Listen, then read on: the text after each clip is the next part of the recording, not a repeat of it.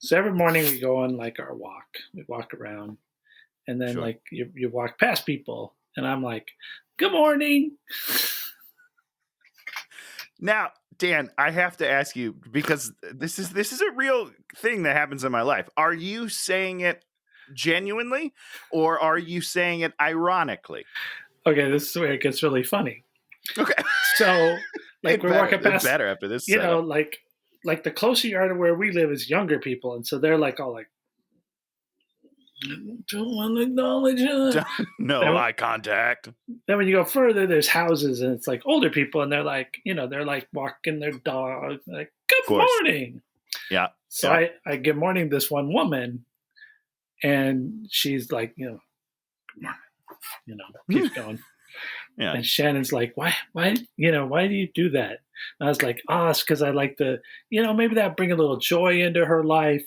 Some would say good morning. She's like, I don't believe you. And I was like, yeah, it's not true. I'm collecting data. Oh God! Of course you are. Of course. What's the analysis, Dan? Give me the analytics. The human condition. Hey, watch him with Dan and Tony. Hey, watch him with Dan and Tony. It's like watching, yeah. Welcome to Hate Watching with Dan and Tony. I'm tired of listening to Tony, so I thought I'd start the show. Hey, that's all I got. That's all you got. I was thrown off. Hate Watching is one of those shows, one of those special shows. I'm waiting for the delivery. Yeah. Okay. Where two guys voice their opinion. Because, two white guys, the world. We don't get to say our opinions enough. Oh, boy. So we found a forum where we can say our opinions to the least amount of listeners. Nobody. So we're not causing any damage because nobody cares. And we feel better about ourselves. It's really a win-win situation. Yeah. So we talk about movies, the thing we know best in the world, more than probably anyone except maybe Martin Scorsese. We could get Marty on here. I'll go toe-to-toe with Marty right now. Yeah, I have a few things to tell him. Shutter Island. Why is the Irishman so long? Why is Robert De Niro's character start out at 60 and then end up at 60 or 70? It's like, I'm a young man working up through the... You're 70 years old. You can barely walk, sir. What's going on? I'm young and virile. No, you're very old. Very, very old. CGI can't fix body movement yet, guys. No. So each week we take it upon ourselves to watch a movie that has come out in the past so that we can talk about it in the present and then put out a video about it in the future. And ideally, someday we'll get to see movies that are going to come out in the future because people are like, hey, review our movie. And then That's the goal. Talk about them in the present and then send it back to the past so people won't go see these movies. Boom. Inverted. So since we're kicking it off into the Halloween era. Yes. Hey, happy spooky season. Oh. I picked an incredibly spooky movie. Least spooky movie ever. The Mortal Instruments, City of Bones. So yeah, it sounds a lot darker than it is. 2013, 2 hours and 10 minutes. This is one of those Twilight movies where they tried to capture that magic in the bottle that is Twilight. A nearly perfect movie, and then try to make something like that. Can we scratch that from the record, please? I know I edit this thing. I'm going to bleep that out, and the people can fill it in with whatever word they want as opposed to greatest. The book is pretty good. I enjoyed the book. I only read the first one, so I guess I didn't enjoy it that much because I think there's a bunch of books in the series. But before the movie came out, I did read the book just so I would have a foundation.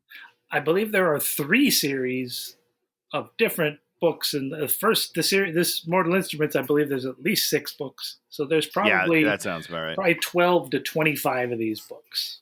They're teen pot boilers where you fall in love with your your brother, and then you find out he's not your brother, and then then he is your brother, and then you feel like he's not your brother, and then turns out he is your brother. And it's all based on a ring. And it turns out you kind of don't care because you're still going to make out with him either way. That's the moral of this story, is whether or not they're brother and sister, they don't seem to care. They're like, it's weird, but I'm still going to do it. Yes. Oh, okay, guys. You got to do what you got to do. Get on my motorcycle and put your arms around me. Yes, sir. Oh, boy. One of the weirdest scenes in a movie I've ever seen in my life. So we set up New York City, art girl. It's her birthday. Is she supposed to be 16? I mean, that's what it sounded like, right? Because she's not 18. Didn't seem like she was 18. Certainly not 21. But, you know, it's her birthday. She wants to go clubbing. Mom's a painter, bringing home a big canvas. All of her paintings don't make a lot of sense to, you know, they're just kind of I also don't think they're all that good, but I get, maybe that's just me. Well, are they good? No. Okay, thank you. Okay, good. I'm not, people wouldn't say I'm, you know, a good judge of art, but I just didn't feel I wasn't impressed. No, her paintings are, well, usually when you make someone a painter, you like give them something, you know, like an obsession or something where you're like, oh, I see your vision. I see something going on her. And, you know, she's just like, here's some flowers. Here's a guy in the military. Here's this, here's that. You're kind of like, it's very underwhelming. And it's a random guy in the military. We find out, we can talk about that later, but it's all very, very weird. I just want to, Dan, real quickly, I did just Google it. She is indeed 16 years old. Yikes. If you go into this movie thinking she's 16 and getting into clubs, and she looks like wrong. She looks like she's 24. Oh, really? Is that what you think? I don't know. I mean, she's 19. Definitely okay. I'm not good with ages. Not 16. Not 16. No, for sure. Not a chance. Is she 16? How? Yeah. Because later on, he's like, there's like some, not even innuendo. There's like, I want to do to you. Oh, yeah. No, they're. But, you know, this is for 16-year-old girls. So they want to imagine themselves a 16-year-old girl with, you know, this guy that's 1,000, 2,000 years old, because he's 2,000 years old, right? Listen, I don't understand. If you're asking me about plot points, I'm very confused. He's ostensibly the same age as her, or a year or two older? Yeah, he's probably around the same age, right? I mean, I could have sworn at some point that he trained for 1,000 years, or maybe they've just, shadow hunters have been around for thousands of years. It might be that, but also, like, how much has he really trained? I mean, he's 17 or 16 or whatever. Like, he's not that good at his job yet. Where are the people that are better than them at the job? Where are, like, the 30-year-olds? Oh, there are none. There are literally only 3 shadow hunters, and then Hodge. Because the bad guy wiped him out? Is that what happened? Yeah, there's literally that's the only 3 in the whole. Oh no, there's different institutes in different cities. We find out in other books, I think. So, but in their institute, New York City, you know, possibly one of the most populous cities on the planet. You know, I think London beats it, and there's probably a couple others that maybe beat it, but 3. They're down to 3 people that hunt demons, and they're all, you know, mediocre at best. Shh. So. That's all I'm saying. So her name is Clary, which is just a terrible name. Mom sort of has a boyfriend, but he's maybe just a hanger-on. His name is Luke. Oh, yeah, they're not together. No, they're not together. Okay. Mm-hmm. So she starts drawing this symbol, which we're going to find out is the rune for angels. And basically, the magic guys tattoo runes on themselves with magic tattoo wands, and then those runes give them powers. Now, and we don't have to get too into this. Yeah. I don't like the magic. How does he buy a candy bar? Is that your question? Where does he get paid? You know what I'm saying? Well, you never go into that, but they have runes on them that make them invisible to the mundanes, which is all the normal people. I'm not a mundane. You'd be getting bumped into on New York City streets. You could not buy a candy bar. You could not live your life. But apparently nobody cares. We'll talk about that later. I don't like the magic is not done well in this movie, in my opinion. It doesn't make any sense. Correct. Yes. Yeah. What are the rules? Maybe it makes sense in the books, but I don't remember having a problem. But again, this was 10 years ago at this point. So yeah. who So knows? basically, these runes just can basically do anything, and you can kind of put them on and maybe turn them off, and And apparently, you can just make up new ones. out I've of your never mind. seen that rune before. Okay, well, that's weird. She's deprogrammed her whole life, so Yeah. okay. So she's got a friend Simon, who's like the nerdy guy. He plays the Xander from the Buffy role, and if you look at Buffy and Xander, that character's so good, and this character just can't even hold a candle to that character. You're absolutely right. And this is not the only Buffy similarity in this world, which bothered me several times. Because also the old Shadowhunter is, that's Niles, right? Is that his name? Giles. Yeah, that's Giles. It's weird. She's basically Buffy. She's got her nerdy best friend. They've got they don't have a Willow as far as I can tell, but they have the old guy, the wise, the keeper. It's weird. It's weird how, I don't know. Well, I was annoyed. There are only so many stories, right? But that's just one. You know what I mean? And it's one of the most famous out of these stories. You can come up with a different story. Just make her a woman. Why isn't a woman the older Shadowhunter? You could do that. A lot of things you could do. So at this bad poetry reading, we can tell that the nerdy boy's in love with her. Fine. And he's English. You know what? That also bothered me. I think he's English. Is he English? Is that guy English? Who? The old dude, Gudge, what's his name? Hudge? I think Hodge. I think he's Scandinavian. Hodge. Okay, well, he's got, I don't know. It's all weird. Why is he in New York? He should be just like a regular guy in New York then. Yeah. Because Giles is nice and proper English. He is, and also a better character than the poor Hodge character, who literally spends his time on a stairwell, kind of looking out, just kind of moping in the background. His mouth is open a lot, which bothered me. Every time he's over her shoulder, he's like this. Just close it, guy. Just close it. You're not saying lines. Close your mouth. It's interesting. I was watching this thing about Star Trek, the Star Trek shows, and I guess Kate Mulgrew from Voyager, she would always stand there with her hands on her hips.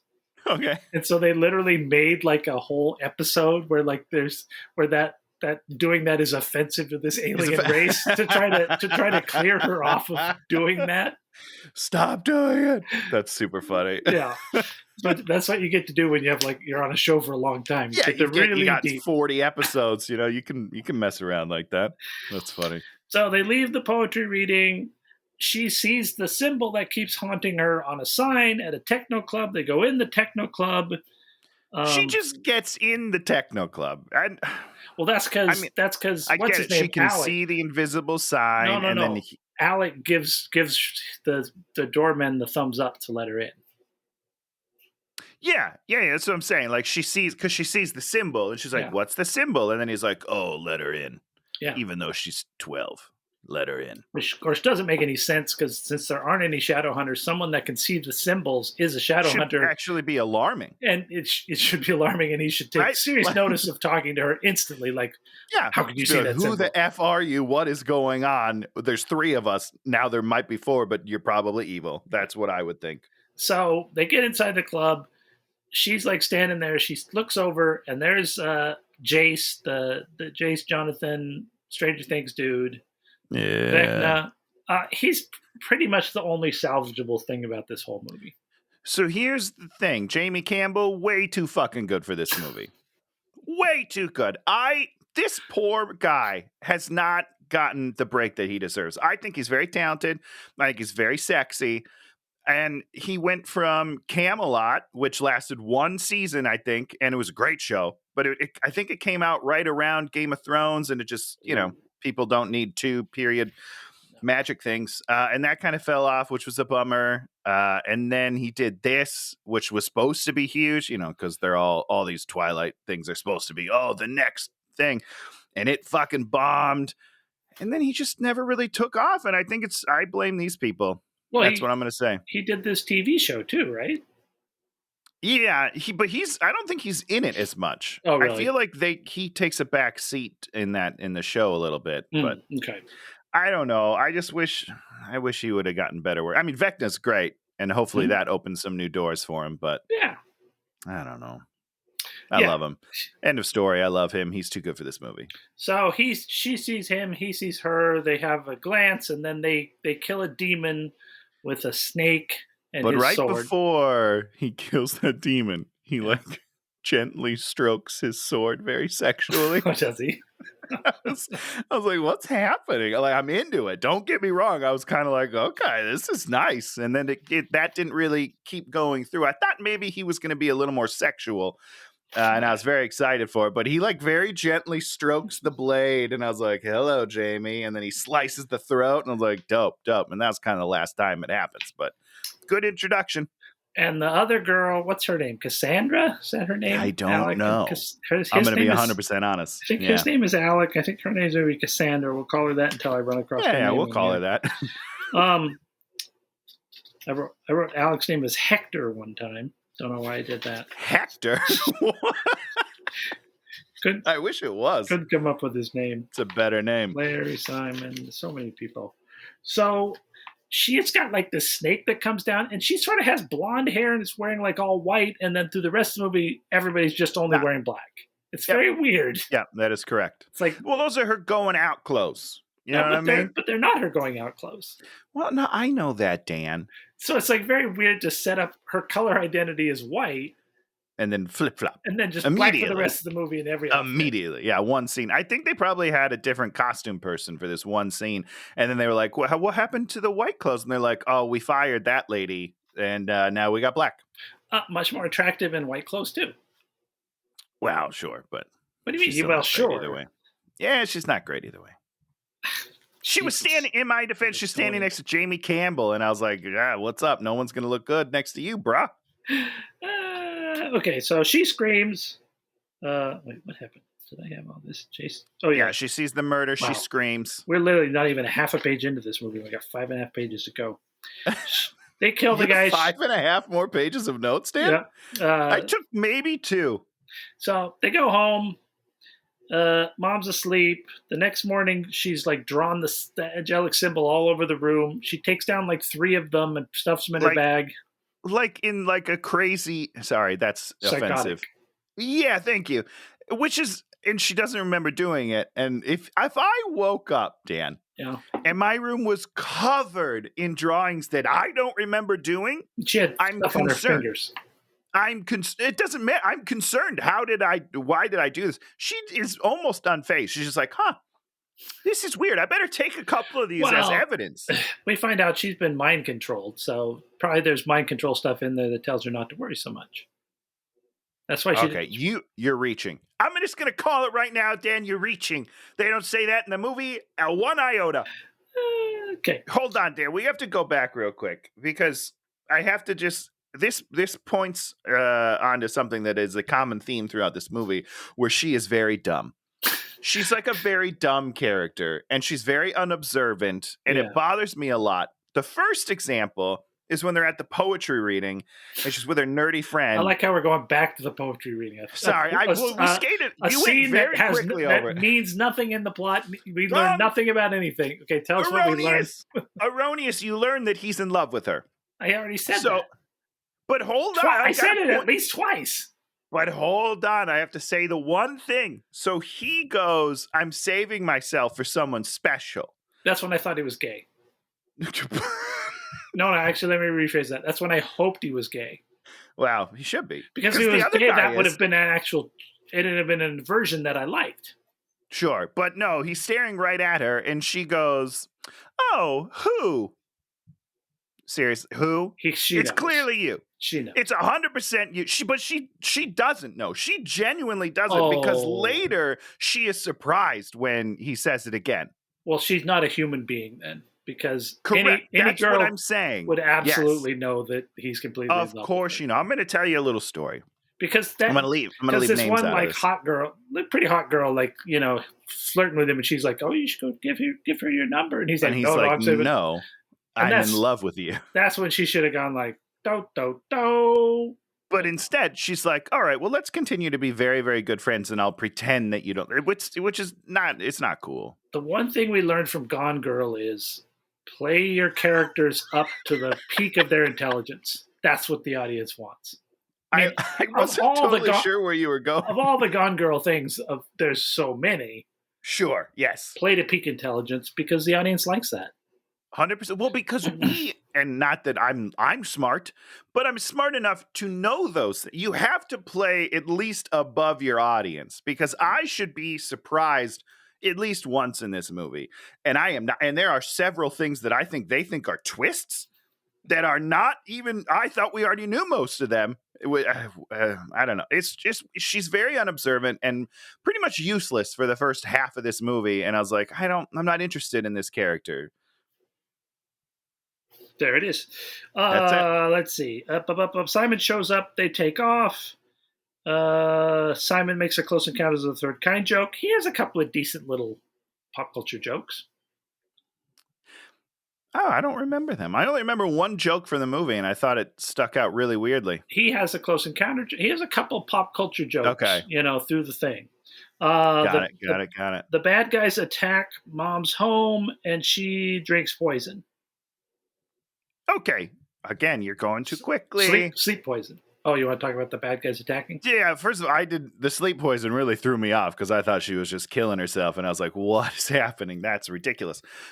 These two bad guys are in a different movie. Yeah. They're in a completely different movie than everyone else in this thing.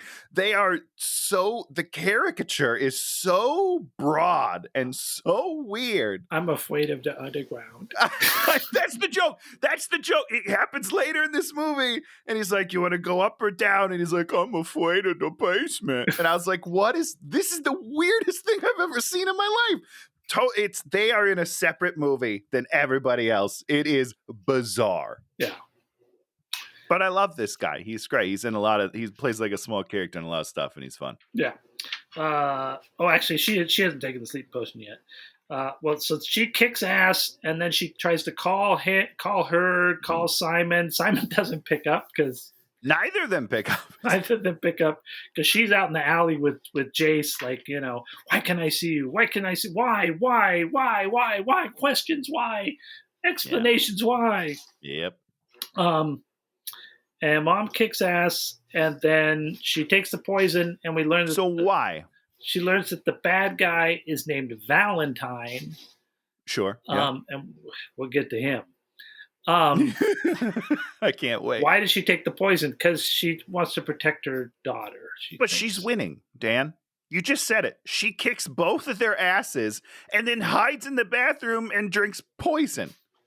Why? Just run. You're winning. You've beaten them both. They are lying on the ground, and instead of leaving, you run into your bathroom and try to kill yourself. That doesn't make any. She should be losing, and then she barely gets away and drinks the poison. She shouldn't win and then go kill herself. That doesn't make any sense, guys. She kicks ass. Lena Headey? Headey. She's great. Am I saying that right? She's fucking awesome. Have you seen Dredd? Like the Judge Dredd movie? Yeah. But the new one, Dredd, with her, she is awesome. She's the bad guy. And it's pretty funny. Like the one or two scenes she's with this girl, she's like 10 times hotter than her. You're just like, oh yeah. Like, like she would have so many like 16-year-old male friends that'd be like, can we come by your house? So that's what I thought. And look at your mom.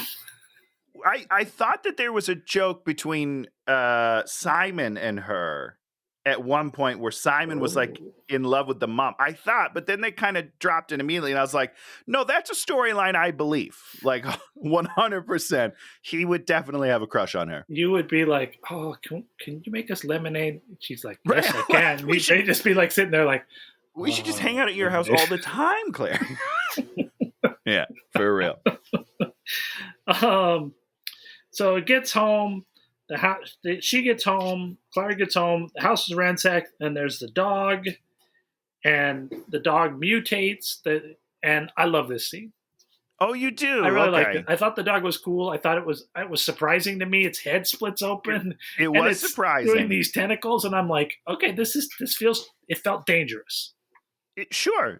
So dangerous that her first move is to blow up her entire house. I mean, what else are you gonna do? Again, maybe just run. I don't know. Just get away from her. Kicking her ass. Well, at least it was winning this time. Yeah. But that seems like an extreme move, is all I'm gonna say. But then she does it, hides in the fridge like Indiana Jones. And then this is my problem with the scene, Dan. Yeah, and Indiana Jones was hiding from a nuclear blast. This makes a lot more sense. I mean, we can talk about that scene. I'm fine with it. It's hilarious. Tell that to his lymphoma. Jesus Christ. That's a cancer joke. It's very real. So here's my problem. The dog explodes, right? Yeah.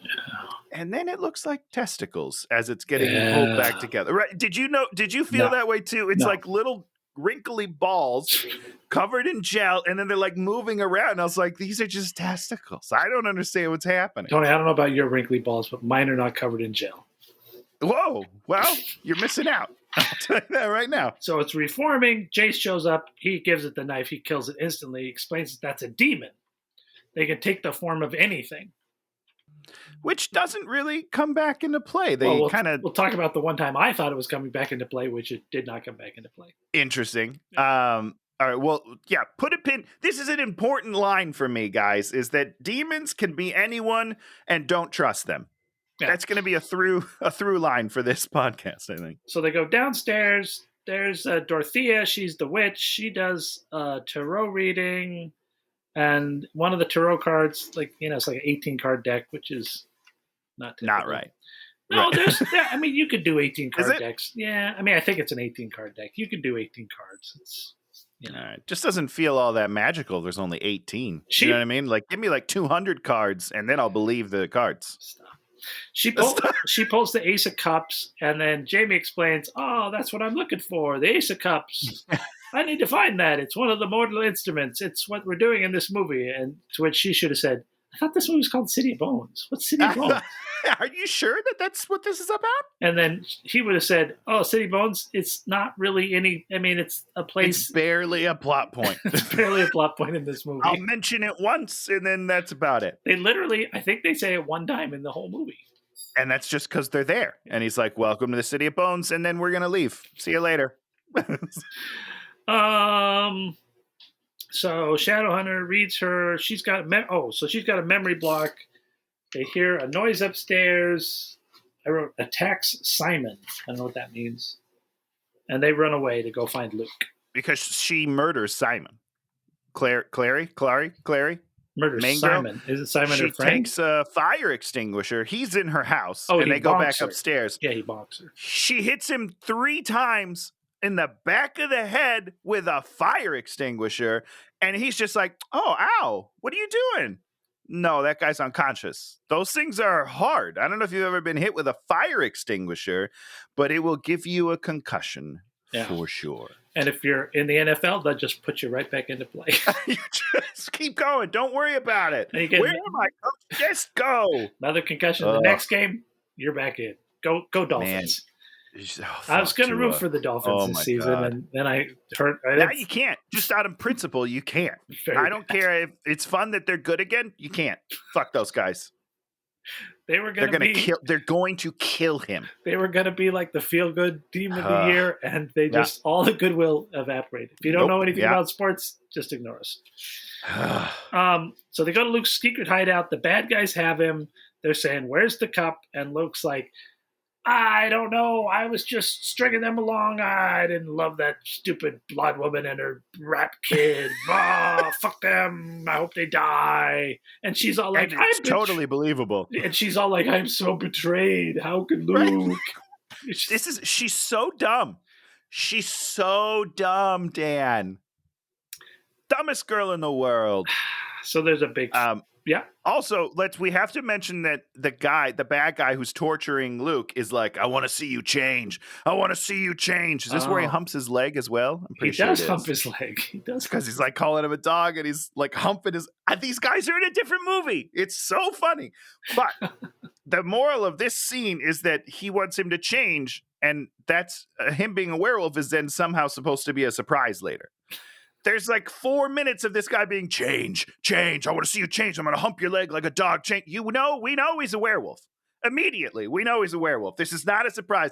45 to an hour later, she's like, you're a werewolf? You know that already, girl. You saw him in this torture scene. More importantly, why didn't he change? That's a great question. He could just tear right out of there and bite their necks off. Right? I think so. Because later on, when a werewolf actually gets on one of these guys, they're like dead instantly, right? Yeah, they can't put up a fight because they're just measly little humans.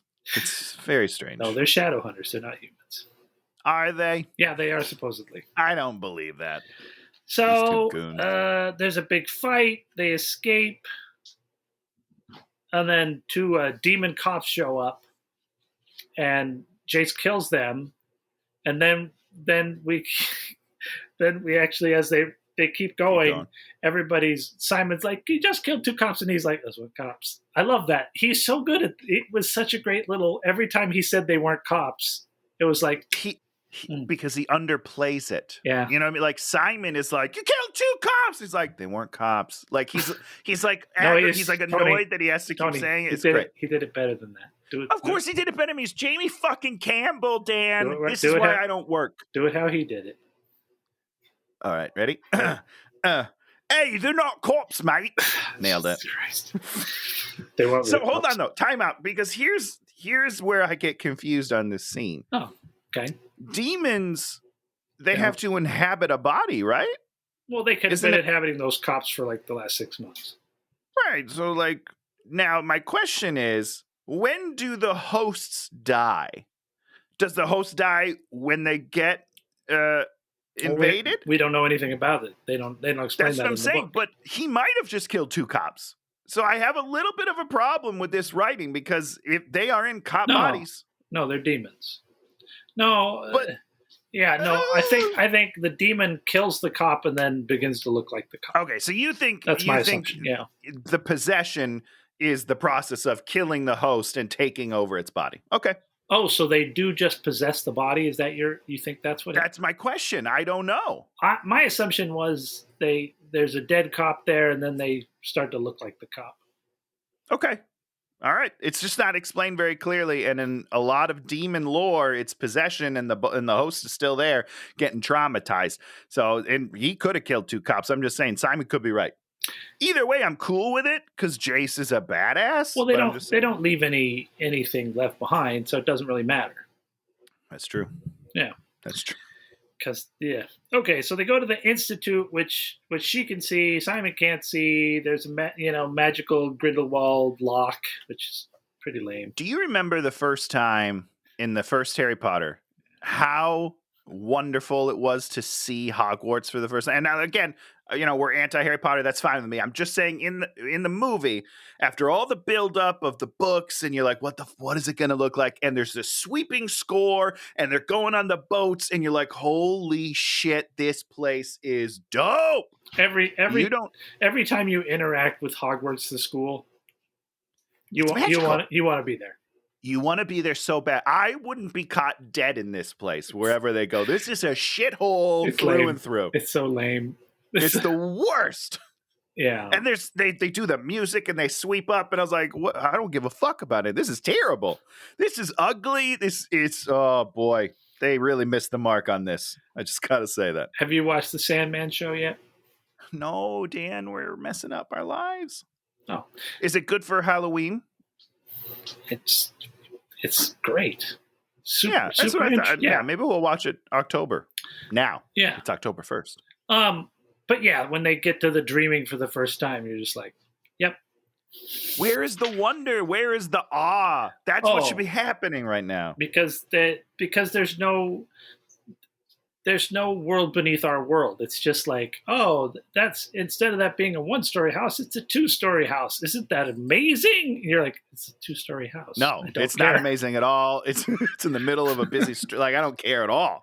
Here's my biggest problem is that the way that I felt when they revealed Jace for the first time. Hold on a second. Hold on a second. Yeah. The stupid Jurassic World director guy said they shouldn't have made more than one Jurassic World. I was going to bring that up later. Okay, we'll talk about that. Let's save that at the end because I got some words for Trevor. Fuck that guy.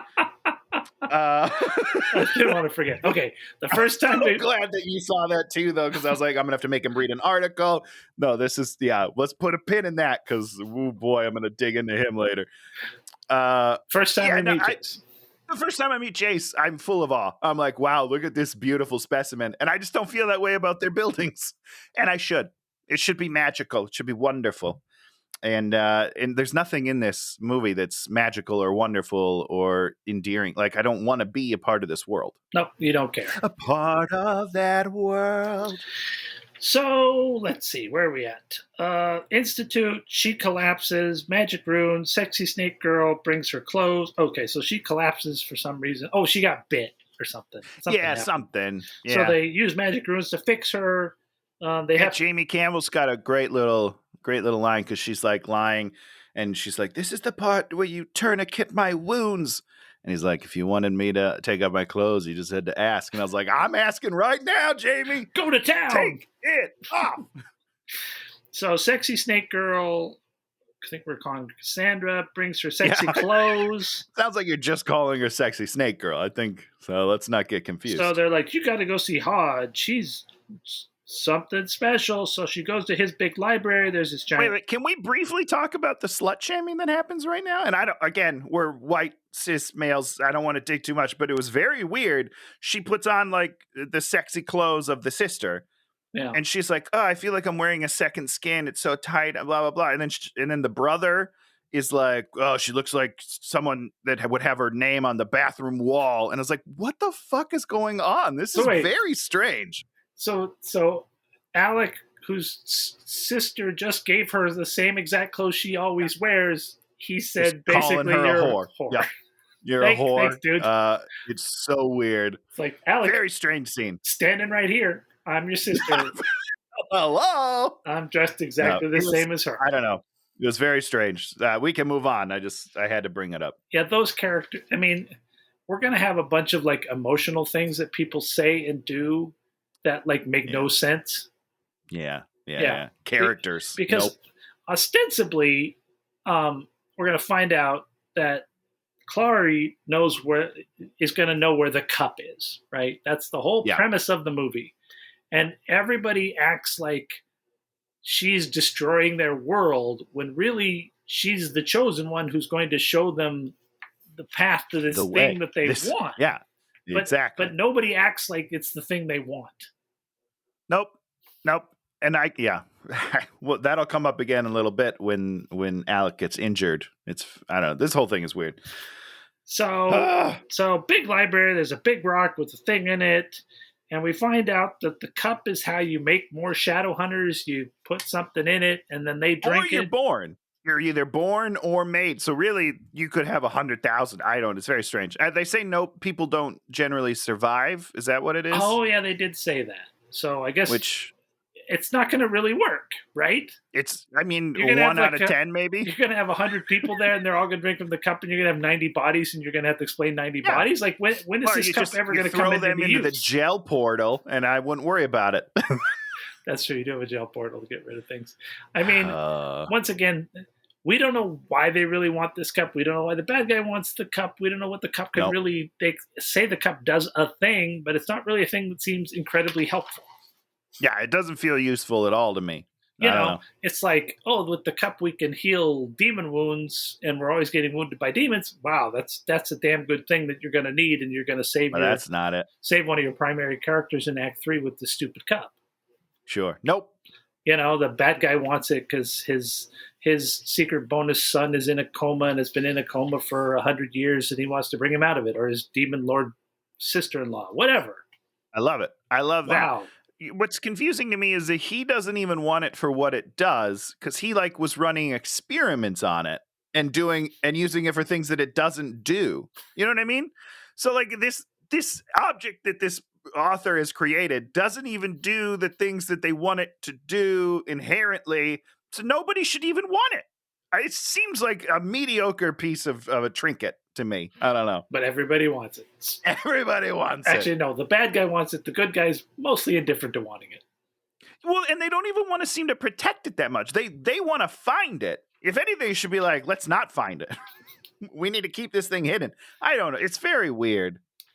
So Valentine, the cup, Mom restole the cup. Let's see. Something about a graveyard, goofy robe guy. Oh, this robe guy comes out of the graveyard.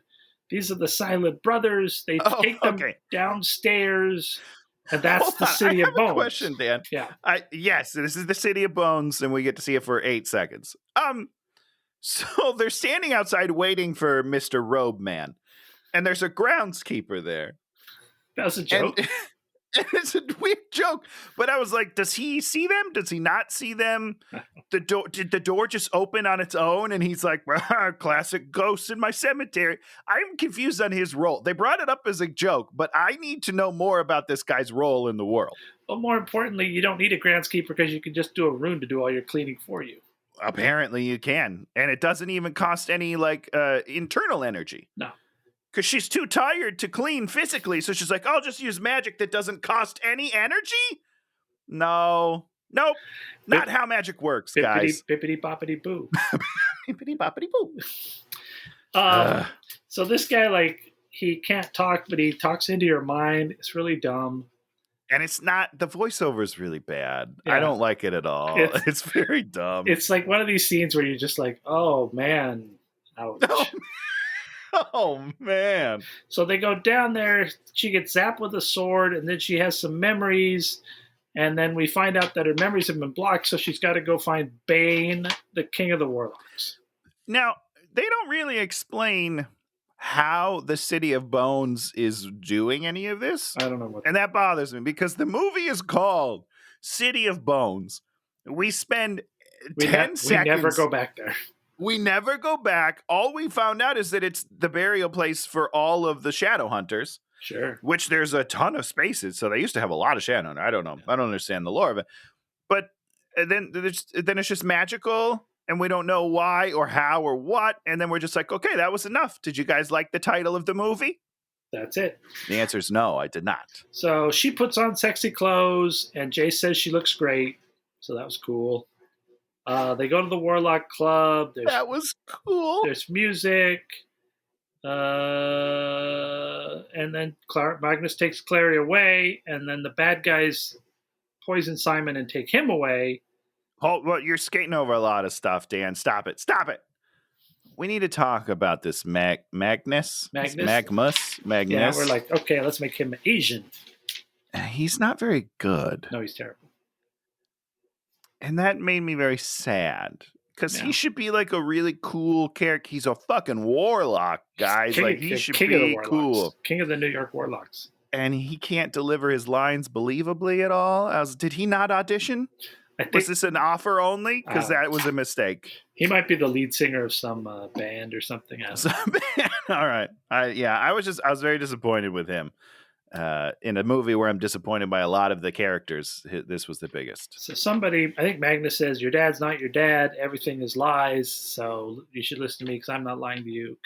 And then he was, in his last line, as she's like leaving, was, hey, just remember, your mom was hiding from the shadow hunters, but I'm still going to let you go with them. I'm not going to try to stop you. I just want you to remember that. What? Well, stupid. What the fuck? Someone's going to betray her at some point. But I already knew that. He should just be like, hey, don't go with them. Stay with me and we'll figure some shit out then. It's very strange because he's apparently, I don't know, either in love with her mom or something, because he buys all of her paintings because he knows she needs money. Why don't you just give her like $50K every year? What's happening? Doesn't make any sense, guy.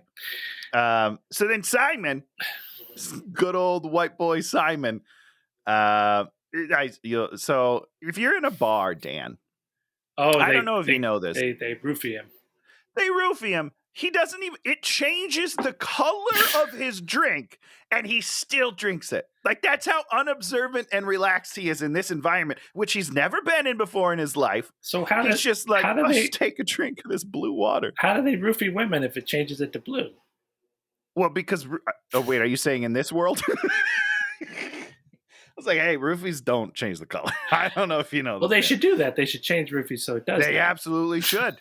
Apparently it won't matter because people don't look at the color of the drink they're about to put in their body. See, if I saw the drink and it was blue, I would just drink it out of hand because you know it's going to be good because it's probably going to be like raspberry. Blue raspberry. Yeah. Blue raspberry. And I love blue raspberry. Delicious. It's my best flavor. So they like go to a church, and every church has a secret weapon thing, and they push a button, and it goes jiboo, and then like here's a vampire gun. It's like worthless. a gun, but you go like this, fucking and worthless. It shoots out a little point that's about like 6 inches long. You literally have to be within reaching distance. You're being bit. If you are using this gun, you are literally being bit. There is no range to the vampire gun whatsoever. I gotta say though, I completely forgot she had the vampire gun when she does kill the one vampire. When she uses it, kills with the gun. I did not think, here comes the vampire gun. It's like shabonk, and I'm like, vampire gun you. You got me. So I was surprised. Did you know vampire gun was happening when it happened? No, I just figured it would be they did it perfect. But it doesn't have to be perfect a gun movie. It's basically a steak, Dan. It's a fancy steak. Just give her a wooden steak, guys. It's classic. So they got to go to Hotel Death, which like I think doesn't make any sense. No, they go there. You got one great scene where they're looking around, and then all the vampires are on the roof moving around. Great scene. Great, very cool. Doesn't matter. This doesn't come back. So they have 25 minutes to climb upstairs and put out boards and take off shoes. Well, okay, let's set that scene just a little bit because it is ridiculous. Simon is just tangled in cords. He's not even chained as far as I can tell. He's just kind of wrapped in chains. Yeah, and then he's hanging over elevator shaft. It's an elevator shaft. Is it an elevator shaft? Okay, thank you. Luckily, I don't know, thank goodness there's just giant planks of wood next to the open elevator shaft so they can just string it right through and save his life very easily. Those planks of wood are something you would use on a scaffolding. Like if you rent a scaffolding, it'll have pieces of wood like that. So it's not that didn't bother me. Where's the scaffolding, Dan? This building doesn't even look like it's being renovated. You think they brought the scaffolding back, but they're like, did you bring the wood? He's like, shoot, it's just wood. I'll leave it. And more importantly, she's one of the people they send out on the boards in her the most important person that you need to live for sure. Let's put her in danger. And then they get attacked by 10,000 vampires. They fight. Oh, yeah, she kills one of them. And then, with her stupid gun. Then the werewolves come, and then they escape because of their sunlight. And then she falls on Jace and says, thank you. No, okay, you're skipping stuff again. Hold on. There's a great moment. There's two great moments we need to talk about. Yeah, okay. All right? Number one, terrible fight scene. Can we agree on that? The action in this fight scene is... it doesn't make any sense. They get overwhelmed. Okay, thank you. But the sister is like, there's too many of them. And then Jace has the cool line, have a little faith. Loved it. I was like, okay, cool, I'm back in. But... regardless, maybe I'll stop fawning over Jamie Campbell Bower. I doubt it. I love this guy. So they get outside. They're like on the roof, and that's where the sun's coming, but they're still fighting. And a werewolf, Clara is like in danger. A werewolf comes and kills a vampire. Who? What? Who? Clara? What's her name? Clary? Clara? Clary. I don't fucking know this girl's name. She is in danger. A werewolf comes, kills a vampire. Yeah. She then looks at it. It looks at her. Jamie's next to her. She goes, hey, give me a knife. And then she fucking cuts the wolf. The wolf didn't do it. All the wolf did was save her life, did not attack her, and she just cuts it. I was like, you dick. Unbelievable. Did she kill the werewolf? She did not, because it's Luke. So I think she threw a knife at it and like cut it. Because then later he gives her the knife back. More importantly, I don't remember any of this, but Well, it happened. Like she's gonna ask for a weapon, right? Yeah, no, like, definitely not. Why would she ask for a weapon? Like you and I are there, embedded with the military, and we're going in. You and I are not saying, give me the RPG. Honestly, I would be like, use an RPG. I'd be like, don't give me any weapons. If anything, just use me as fodder. Like, I get it. It's fine. I'm not going to be any good to you. But she's like, hey, cover me in plastic explosives. Send throw me at them. So I'm just going to go off and kill everyone. That's what I'd be good for. Blowing up. It's a terrible scene. Terrible. And then she falls on Jace, and sexy time is a go. She falls on Jace a couple times because this movie doesn't know how to initiate a kiss. So then we go back to the Institute, and Alec yells at Claire, "You're dead weight!" And then she's like, "And you're in love with Jace." You're like, "Oh, huh?" Okay. He never really even acted like he was in love with Jace, for the most part. Nope. Other than just like being extra mean to the lead girl, which honestly, I just kind of figured is because she sucks. Get her out of here. She doesn't know how to do anything. So Simon's in the hospital, and she's like, "Here's your glasses, Simon." And he's like, "I don't need my glasses anymore. I could see great." So I think at this point, he's a vampire. He's a vampire, but I thought, he's a demon.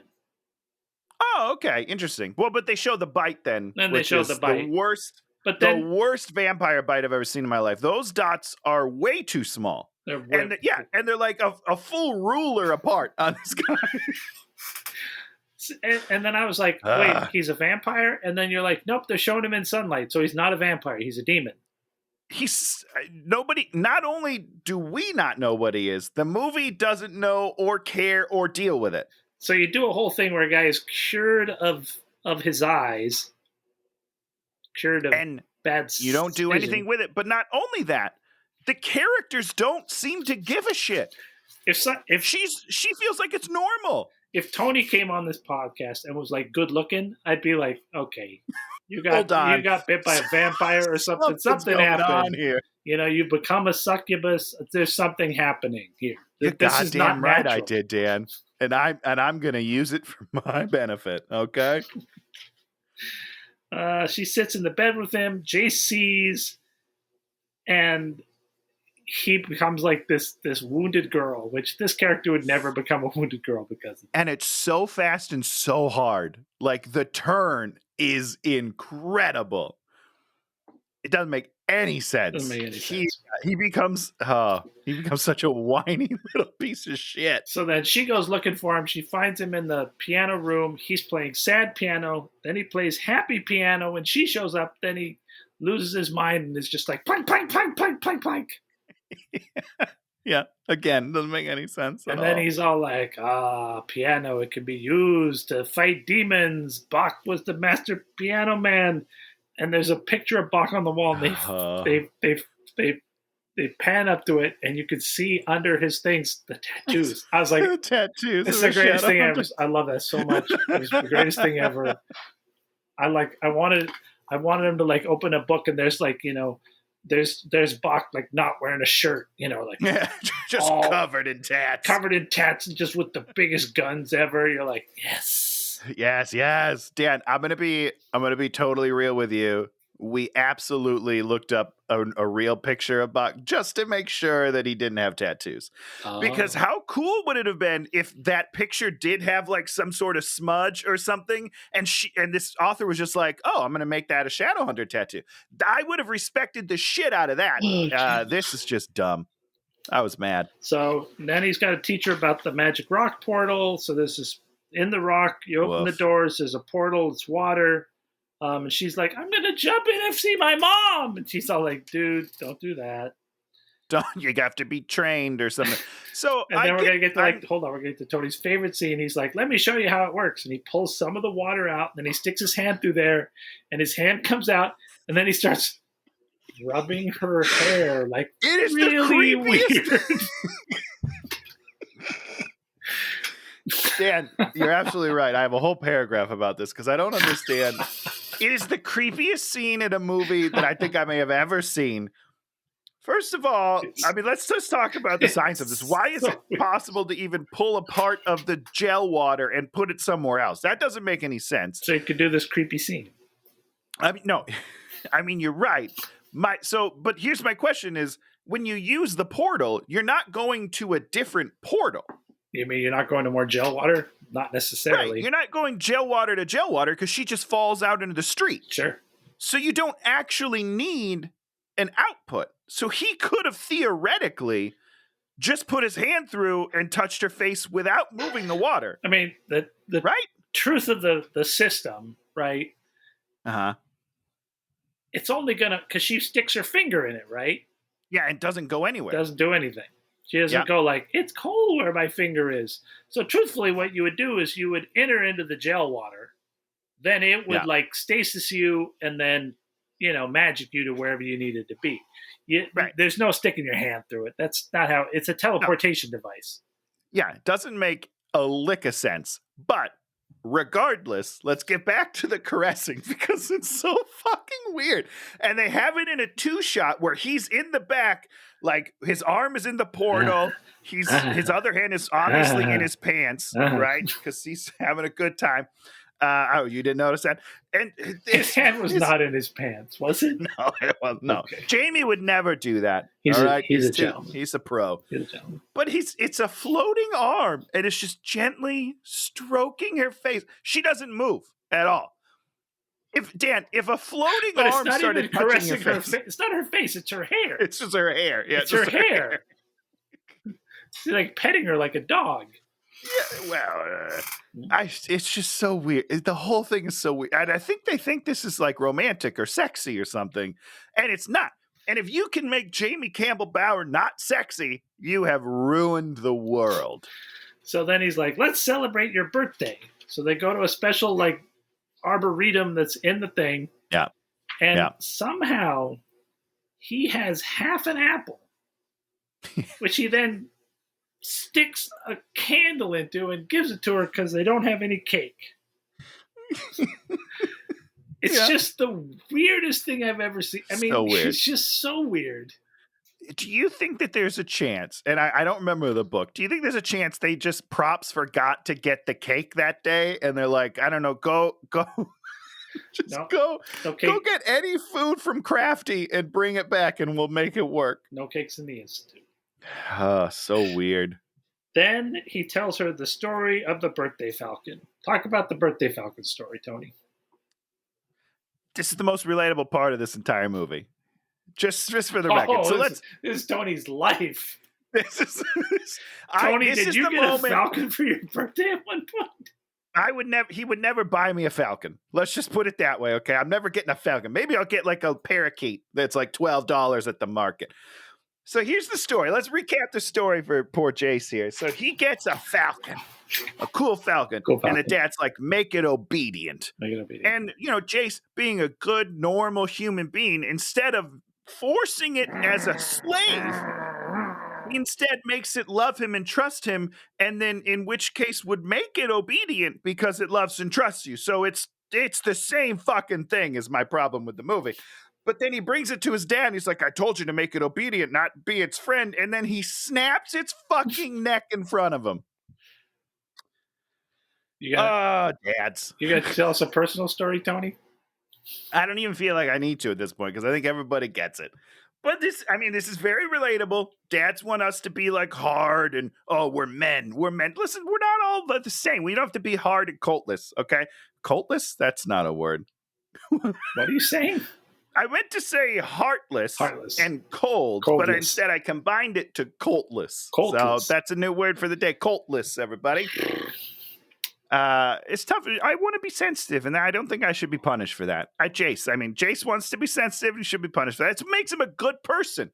Yeah. A real man, Dan, has sensitivity, all right? Empathy. And he says, I never cried again, which I don't believe. I don't believe that for a second, but also he's not mad at his dad, which I was disappointed with. He's like, it taught me how to be strong, so, like, it's cool. No, fuck that guy. So then he gives her a magic rock, which, of course, plays no bearing in the rest of the movie, I don't believe, right? Yep. Nope. I don't remember seeing it again. They almost kiss. No, they kiss! And as they kiss, it starts to rain. Okay, so Purple this rain, is in the purple rain. Purple rain. This is the arbor, right? Arboretum. So he doesn't know that there's sprinklers because he's I thought the only reason he magic says rain, actually. Oh, okay, interesting. I mean, but later in the next scene, he's like, "I'm sorry about the sprinkler system. I forgot." That's what he says. Yeah. But it's the same time every day, guy. Like you'll know when you're not supposed to be in the flower shop. Tony, you know what I'm saying? Do you know what time the sprinklers at your place go on? We don't have sprinklers, Sam. We're in Los Angeles. We are in a drought. We don't have grass. We have no grass. There it is. but I did know back in Minnesota, back when growing up, I knew it was 7:00 every morning. Sprinklers would go on. Yeah, there it is. He says, "I've never been more awake." I don't know why he said that. Is there a reason why he said that? Yeah, well, because he likes to nap in this wake. Simon catches them. He saw it, and then she's like, "We were just kissing." And then Jace runs away all hurt because he's all like, "Hold on." Jace says the line. What's he say? "How quickly you dismiss our love." Dan. Yeah. Whoa. Pump the fucking brakes, guy. You kissed one time. See, that's why you're in love? See, this is what I love about you, Tony. If I'm going to kiss you, I'm probably going to be in love with you. I would kiss you any day of the week. No, not you. Ugh. Oh, sorry. Like someone, like so you mean someone you're interested in? Yeah, Listen, I would say I've kissed a lot of people that I'm not in love with. You're a big man. It's you're not, like, it's just a kiss. Your dad succeeded. Sensitive. He made me coltless, baby. No, here, listen. You can be in lust with her. You're not in love with her. You barely know the girl. No, you don't know her. He's known her for 3 days. He's not in love with her. You can't be her. It's his sister. He's known her his whole life. Well, you're right about that. DNA is the deepest love. They have one of those twin things where they can feel each other even when they're not near each other. But also, Simon doesn't. She's not like coming on to Simon. No. She says we kissed. Like, yeah, that's what we did. We're working on a relationship. Well, I don't know why he gets so upset. She doesn't apologize. She doesn't like if Simon was like her boyfriend, she'd be like, oh, it was, she should have said, oh, it was nothing. But she makes it sound like what it was, we just kissed. You should get over it. Simon. Yeah, we're just kissing, and we don't know. We're not putting labels on it, because we just met. But we're trying to figure out if there's something here. And Jamie Campbell just flies off the handle here. Okay. He gets so mad. He's so mad. And there's like a point where he's like, "Oh, you should just brought him to bed with us or something." It's so weird. Yeah, the whole scene is and so she's weird. like 16 years old, and you're like, you're ostensibly the adult dude, and you're going to sleep with 2 16-year-olds. Yeah, let's have a threesome. I mean, you have to have your sexual awakening at some point. It might as well be with Jamie Campbell Bower. That's all I'm saying.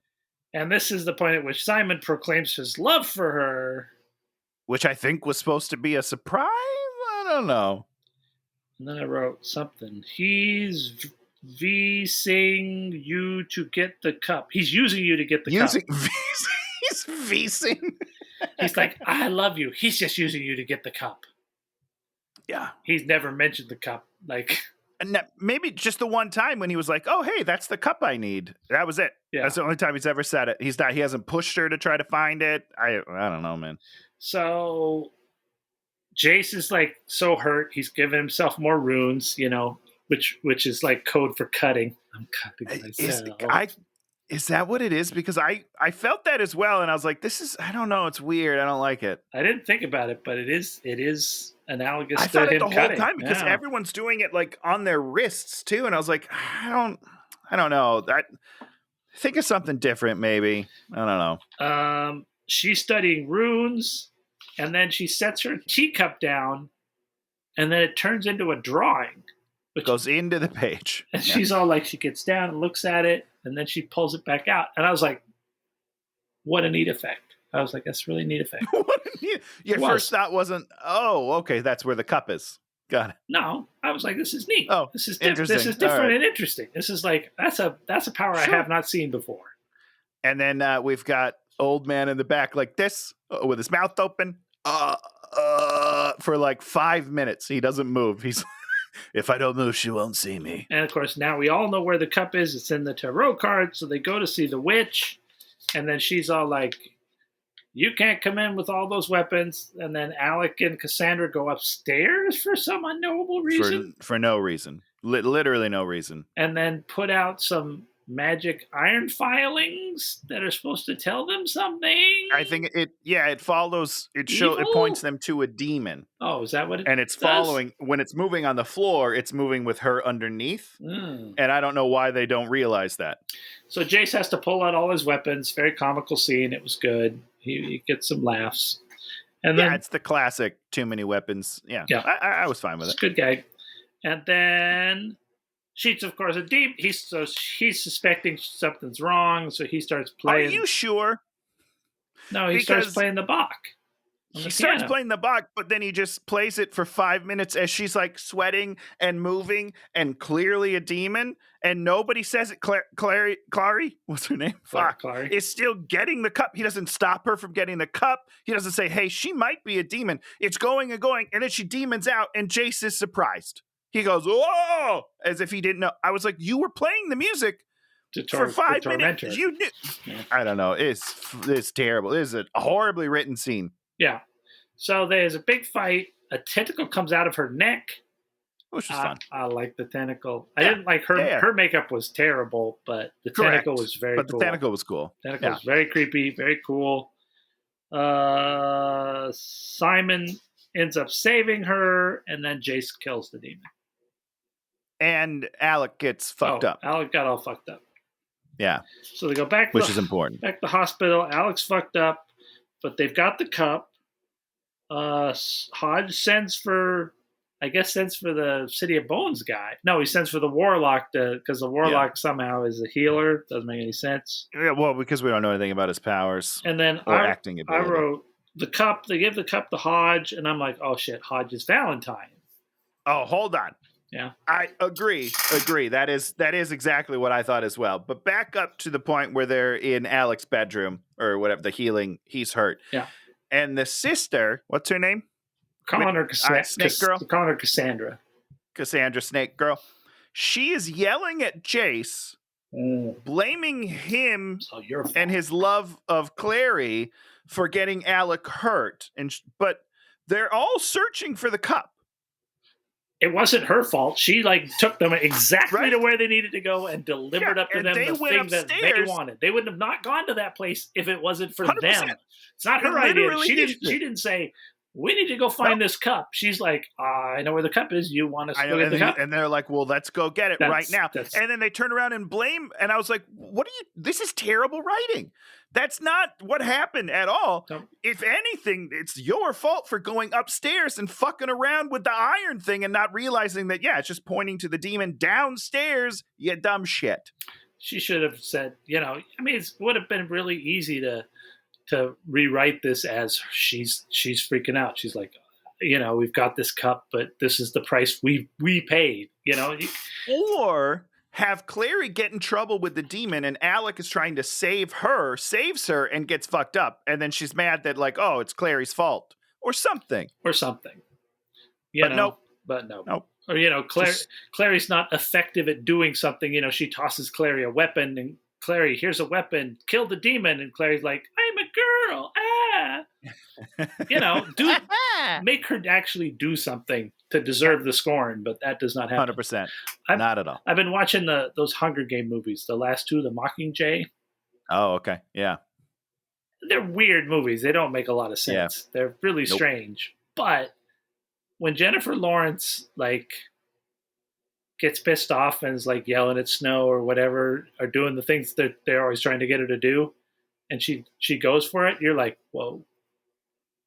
Well, the problem is, and I don't want to be mean, because I'm obviously not a good actor. Otherwise, I'd be booking things. But with a Jennifer Lawrence, you struck gold, right? Because she's genuinely very talented. Yeah.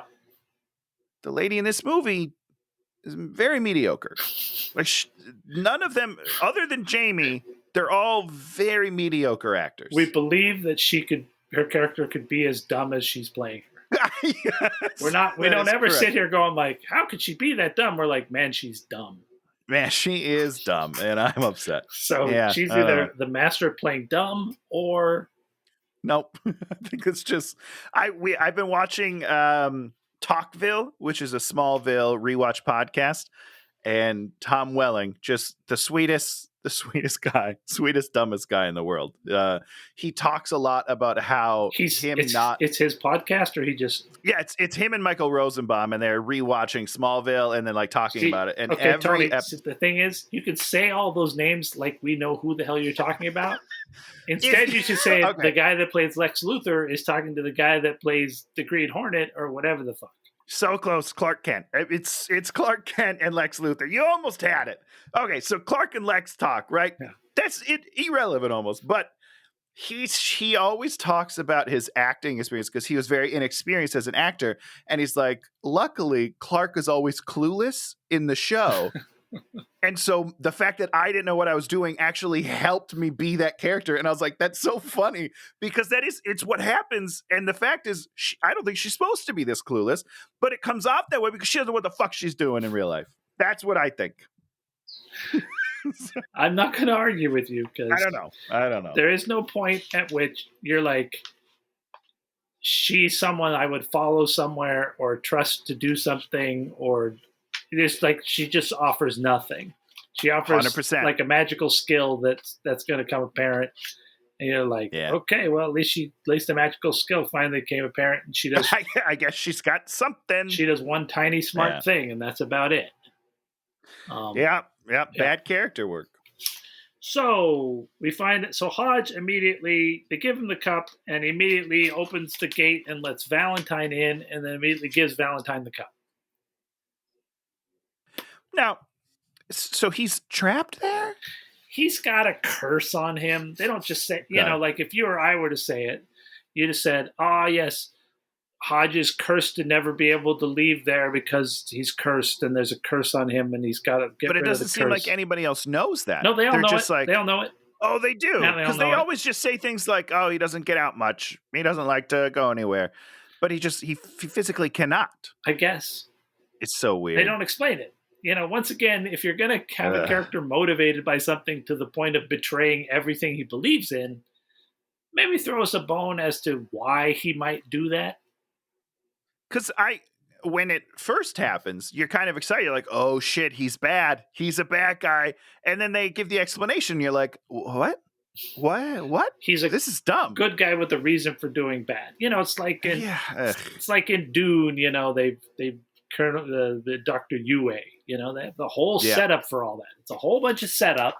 And so when the betrayal comes, you're like, shit. Oh, shit. Here it comes. Oh, there it is. It happened. We told you it was going to happen. It happened. And now we get to see what the consequences are. And so in some cases, you want us to know what's going to happen before it happens. Well, but we did know. We did know what was going to happen. We just didn't know why. And then when they tell us why, you're like, well, that was dumb.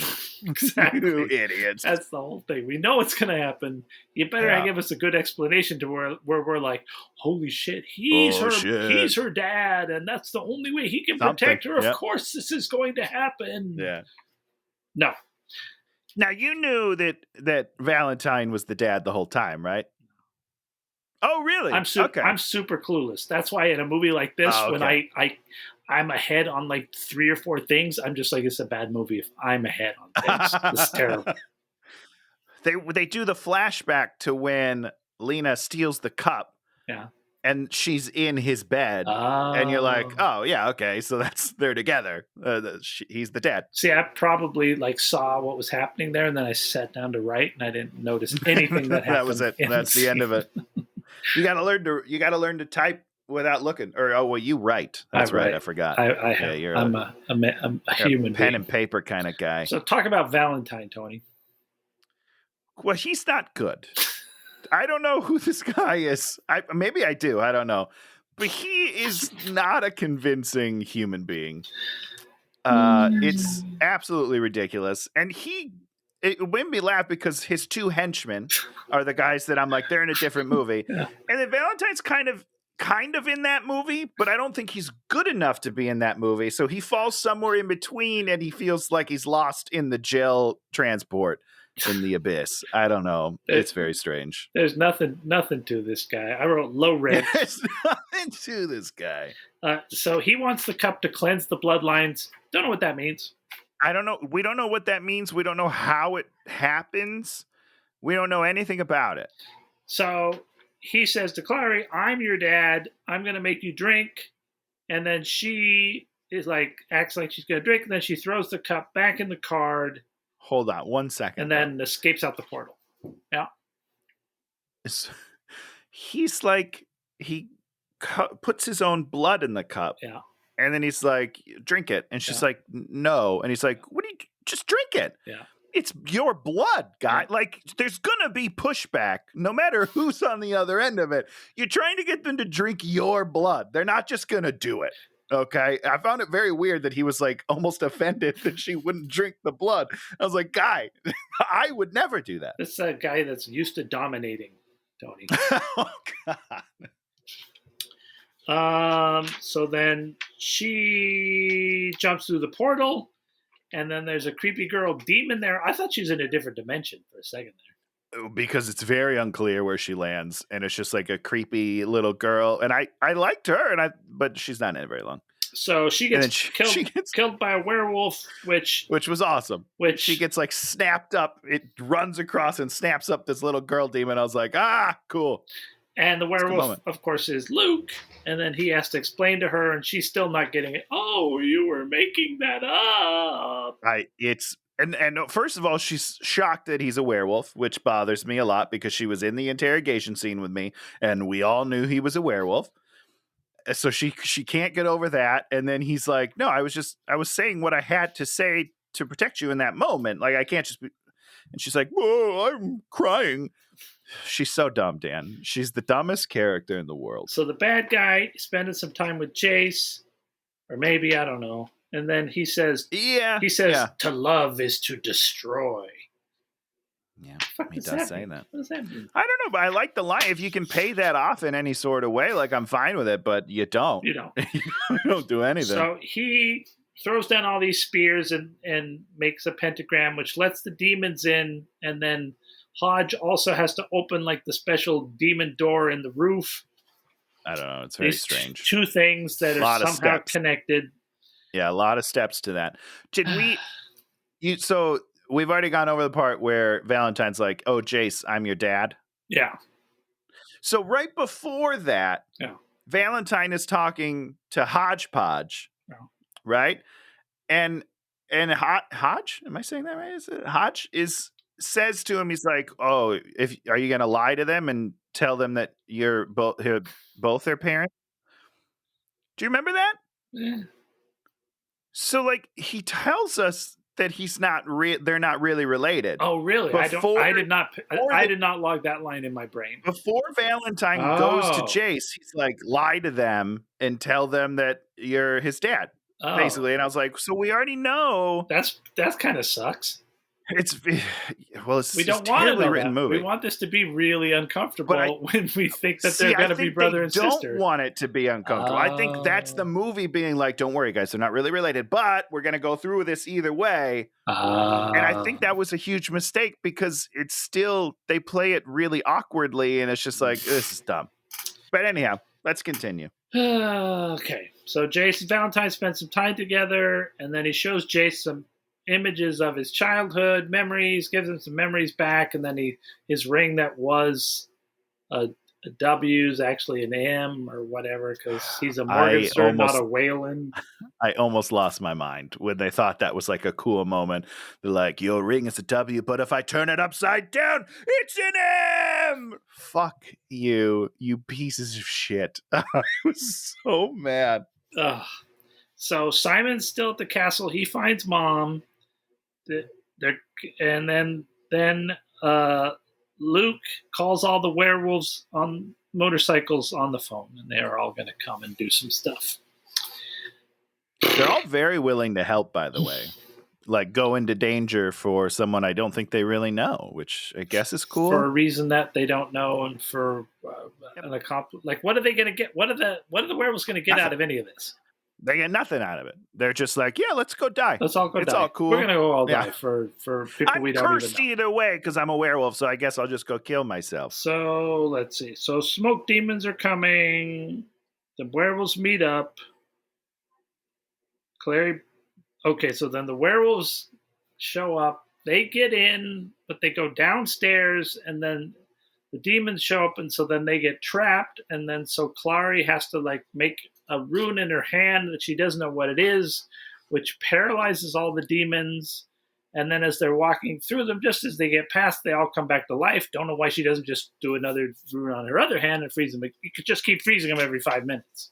Let me ask you a real question, Dan. Yeah, what's a real question? If you have a weapon that kills demons, you mean the person next to you is holding a weapon that can kill the demons. You froze the demons. Yeah, instead of walking gingerly through them, why don't you just slice and dice and kill them all while they're frozen?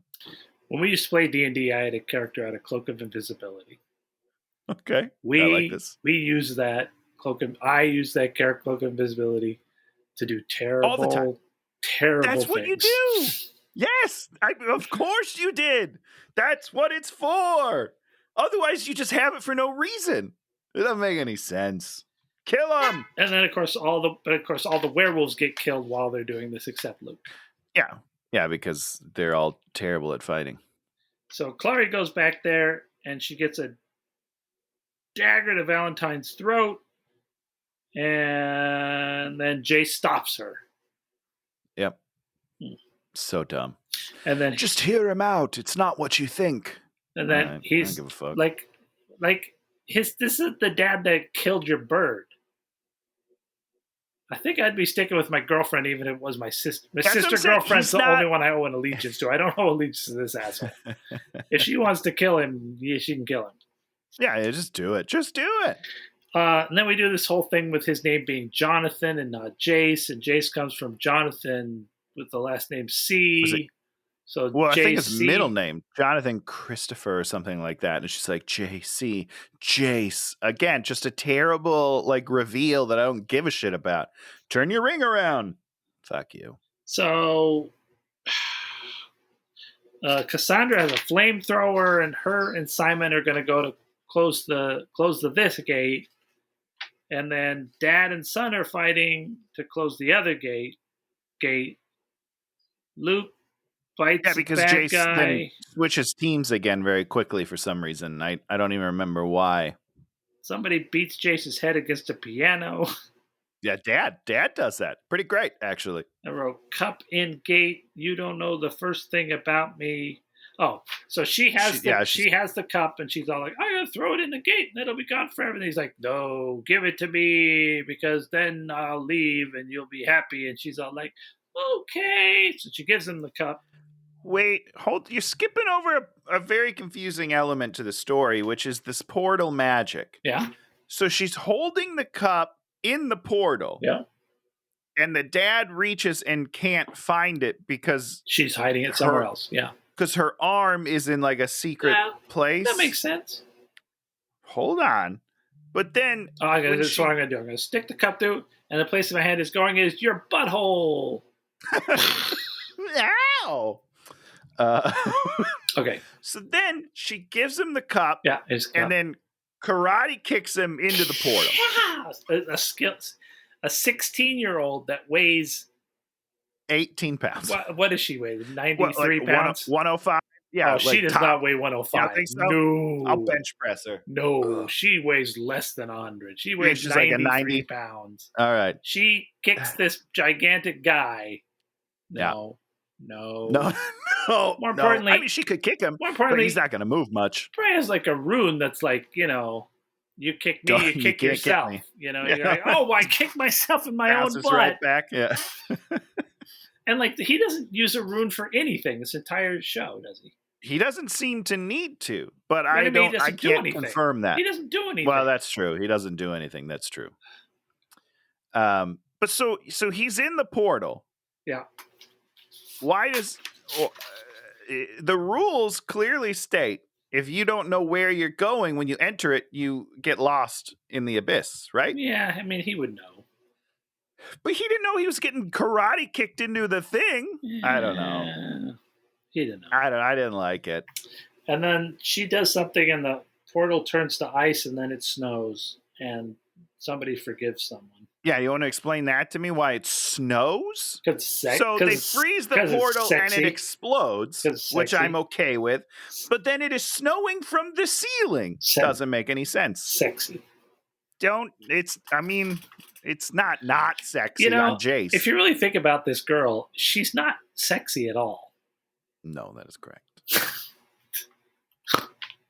It is what it is, you know. And but Jamie Campbell Bower, on the other hand, sexy. Mom moves a finger. What? She moved a finger. Oh, Mom moves her finger. That's right. Yeah. So is it just a time thing? Because they don't give her an antidote. They don't do anything. They're just gonna have to wait a couple more books till she wakes up. Just a couple. No, literally, more they're books. gonna have to wait a couple more books till she wakes up. Oh God, you read? I didn't. Right. I didn't read that, but I can tell you that. So it is. It's just a timing thing. There's no No. That's stupid. It's very dumb. There's a hospital. We have to wait. Simon laments. And then she's back cleaning the apartment. She uses this magic cleaning rune. Jace shows up on his motorcycle, and he's like, "We need you. I need you. Wait, I don't believe it. World's the same. You're different. Da da da da. She's different. She's special." Hold on, don't miss my favorite part of the whole movie. What's the favorite part of the whole movie? So he basically leaves. He leaves, and then she follows him. Wait, I thought she got on a motorcycle with him. Hold on, yeah. But she gets outside, and he goes, "Took you long enough." He's leaning against the motorcycle. Took you long enough. It was 4 seconds. I don't even know how he got to the motorcycle. He must have, as soon as he got out of the door, he sprinted around the motorcycle and leaned up and, I'm going to play cool. Oh, it took you long enough. He's a human thirst trap. Well, you're right about that. And I'm falling for it. I'm in this thirst trap. I don't understand how they work, but I'm crawling through it. You're like, can you do that trick with the water at other places? You won't even know you do it. You know what I'm saying? You could just close your eyes and put your hand through the portal. It'll be fine. So then she gets on the motorcycle. A lot of things you can put through that portal. You're damn right. You get very dirty. So she's about to get. She's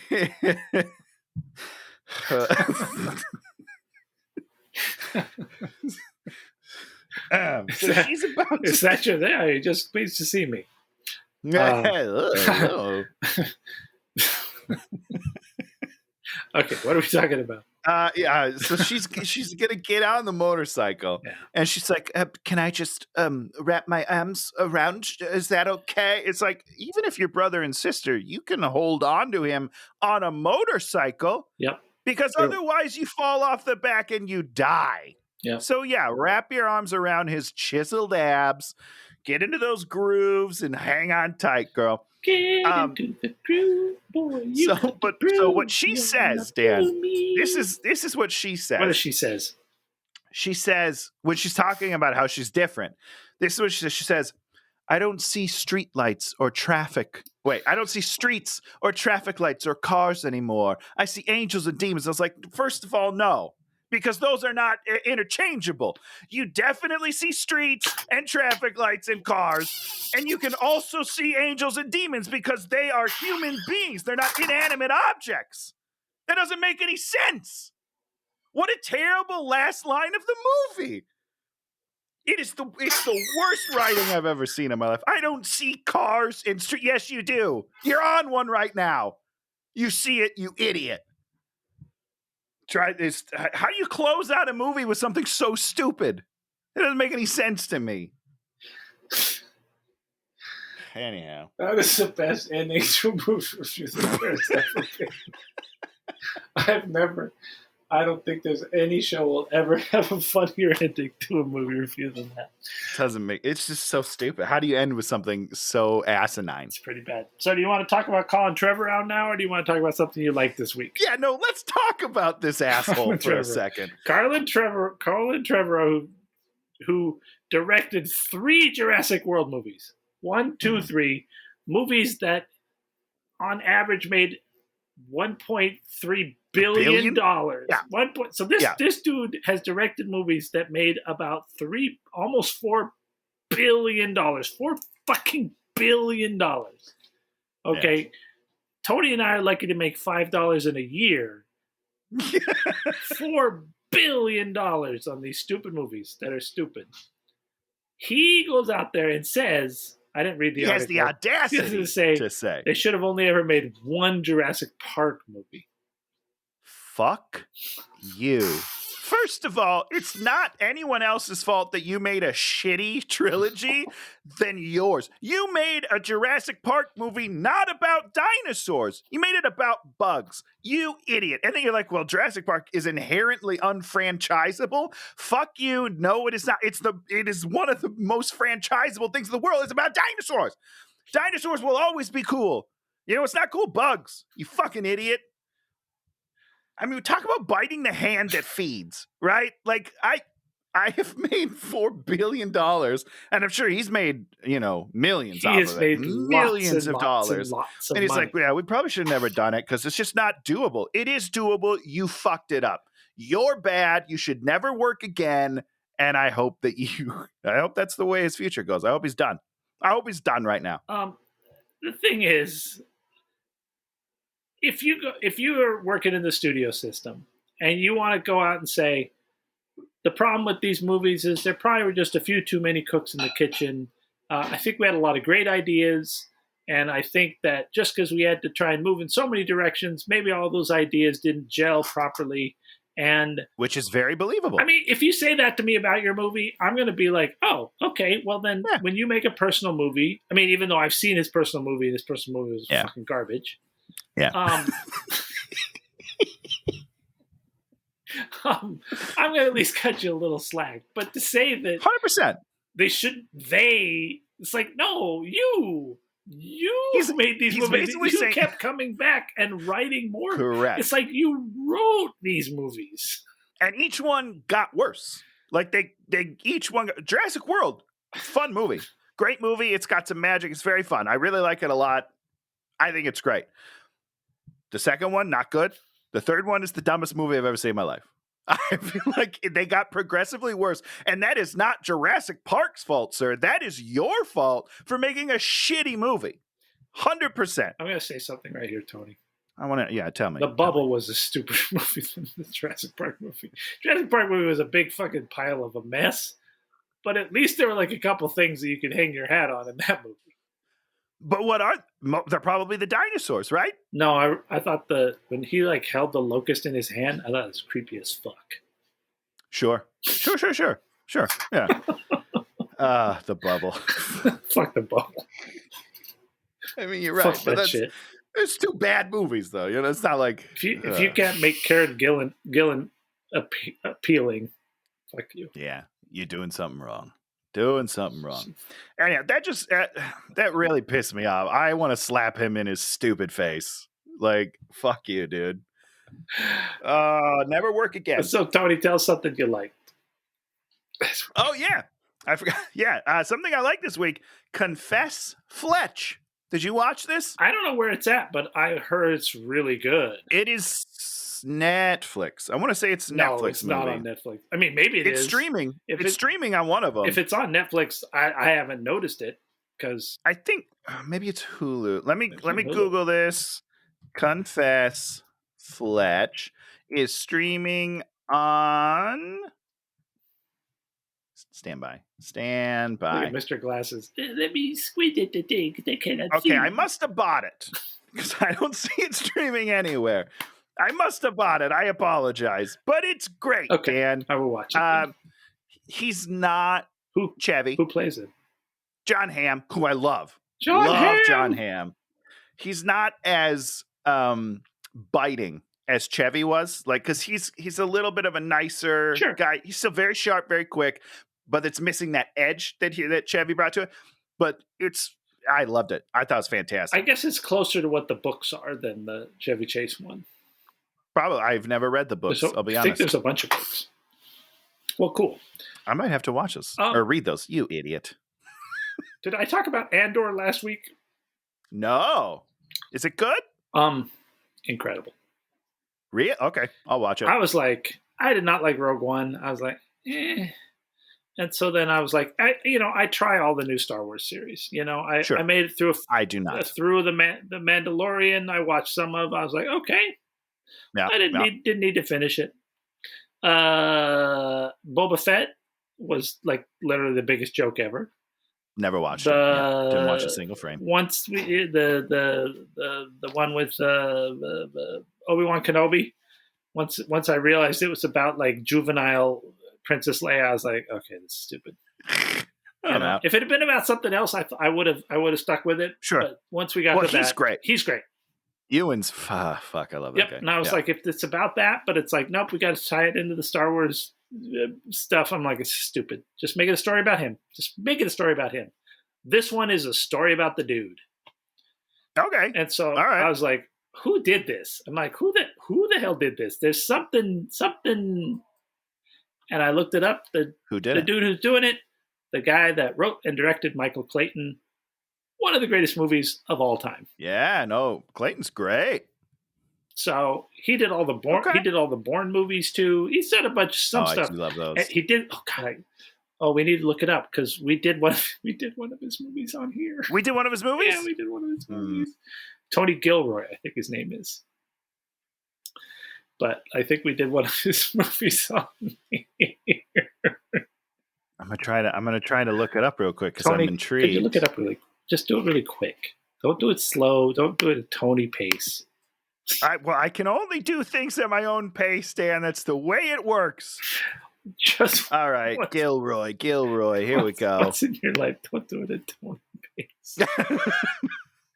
The Great Wall. Oh, the Great Wall. Yes, he was. Oh, he did the Great Wall. The Great Wall. So, Tony, I apologize for us saying all those nasty things about the Great Wall, but you hired Pedro Pascal. That's on you, bro. That's your mistake, not ours. But yeah, it's great. I watched 2 episodes and I was just like, this is what Star Wars be, because it's the story of this dude and he's in a world. It feels like a world. It doesn't just feel like, oh, here's Jawas being Jawas. Yeah. Yep. So Tony, I'm excited. We're firmly in October now. We sure are. Give us something spookier than the City of Bones. Well, it's not going to be spooky, I'm pretty sure, but it is by a guy who likes to make spooky things. We're going to Mr. Bobby Gould himself. Can you guess who that is? I changed his name a little bit. Bobby Gould. Bobby Gould. Robert Pattinson. Yeah. No, Gould. It's another Zombie. Rob Zombie. No, we're doing a Rob Zombie. No, Bobby Gould. No, we're not. We're not doing that. We can't do it. We're doing the Munsters, Dan. We can't do the Munsters. We're doing the Munsters. We can't do the Munsters. We have to do the Munsters. I've watched the trailer 100 times, and I still don't believe. Have you really watched the trailer 100 times? Not 100. We've watched it several times because I refuse to believe that is what this movie really is. I refuse. So we're going to watch the Munsters. Okay. Well, have I talked about the Munsters on here at all? I don't believe so. Okay, well, we'll talk about the Munsters when we get there. Did you used to watch the show? Tony, I watched it when it came out. Yeah, no, I know. I understand that you're I didn't watch it when old. It came out. I'm not that old. Jesus Christ, Tony. You were in your 30s when it came out, so you're watching it as a fully grown adult. I think I was 1. I think it came out in 66, and I was born in 65. Okay. We'll talk about it. We'll do the Munsters. I wasn't going to do the Munsters, and I'll explain why I wasn't going to do the Munsters, but we're going to do the Munsters. I had a movie picked out, and then I realized that the Munsters came out this week. I was like, oh, I have to do it. I can't not do it. Yeah, well, I started it because I wanted to see what was going on. Oh, good. Did you want to finish it? Your lips are saying no. Did I want to finish it? No, I did not want to finish it. Well, now you gotta. Yeah. Fuck you. A lot of discourse on the monsters, and we're gonna unpack it for 2.5 hours. Probably. It's an hour and 40-minute movie, but we're gonna spend 2.5 hours. Oh, it's not bad. I have no idea how long it is actually. Oh, I was just. If it would be fun if we are longer than the movie at some point. I really want that to happen. We're gonna do that at some point. At some point, we will be longer than the movie. Not Cloud Atlas, although we went very long on Cloud Atlas. We went a long time, but luckily that's a very, very long movie, so it worked out. Well, very good. If you like what you see, leave us a comment. You can subscribe or tell a friend or thumbs up. That's another thing you can do. All things you can do. Things you can do and for if you're listening on podcasts, go leave us a review. Leave us a review. 5 stars. 5 stars. And we'll be back next week with Rob Zombies or Bob Ghoul. Bob Ghoul! The Monsters! Woo! Goodbye, everybody! Hey, watch it!